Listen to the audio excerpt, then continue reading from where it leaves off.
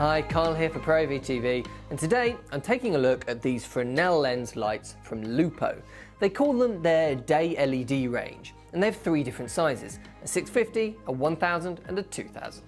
Now these are named after the traditional tungsten lights which they aim to replace.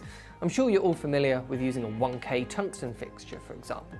Well, the Lupo 650 is about as bright as a 650 watt bulb. And the same can be said for the 1000 and the 2000, which directly compare to a 1K or a 2K respectively.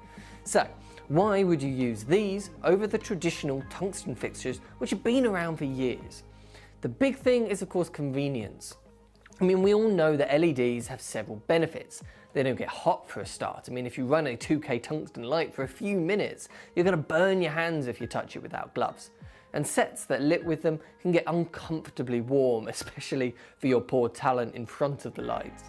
With these, you can have them on all day and they barely generate any heat at all. And they also consume a fraction of the power.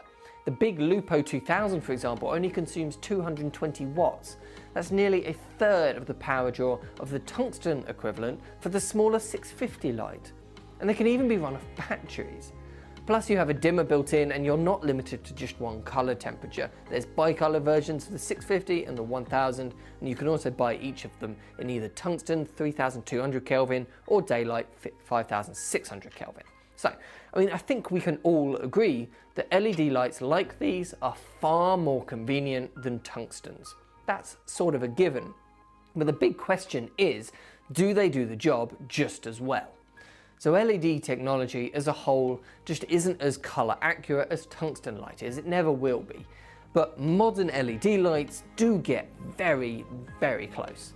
The daylight only versions of each of these Lupo lights perform very well, with TLCIs of 97 or 98. This measures how colour accurate the lights are in a score out of 100, and the only light sources to actually get 100 are tungsten bulbs and the sun.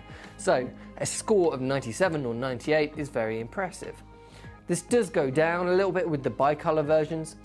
These are the scores for the bicolour Lupo 1000, and it gets 88 or 89. Still good, but if colour is really important to you, I definitely recommend going for the single temperature options.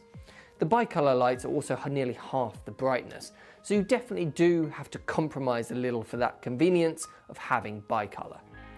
The overall build quality on all of these lights seems very strong. They've got a very simple design, and the casing of the light is made from carbon fibre reinforced polymer, which seems really sturdy and built to last. One thing I'm not hugely keen on though is the button placement here. Being on the side while the focus dial is on the back means you can't see both clearly at the same time. And if they're up on a ceiling rig and you're standing on a ladder to adjust the lights, you're normally positioned sort of behind the light like I am now, and then you can see where you're directing and pointing it. If you're behind the light, you'll have to sort of awkwardly reach around the side to see the screen and the buttons, which could be really awkward if you're up a ladder. And then if you're using them on a floor stand like this, when it's level, this yoke gets in the way and you can't quite get to the buttons. When you're tilted, it works fine either up or down, but when the light is horizontal, it gets in the way. It's a small thing, but it does make a difference.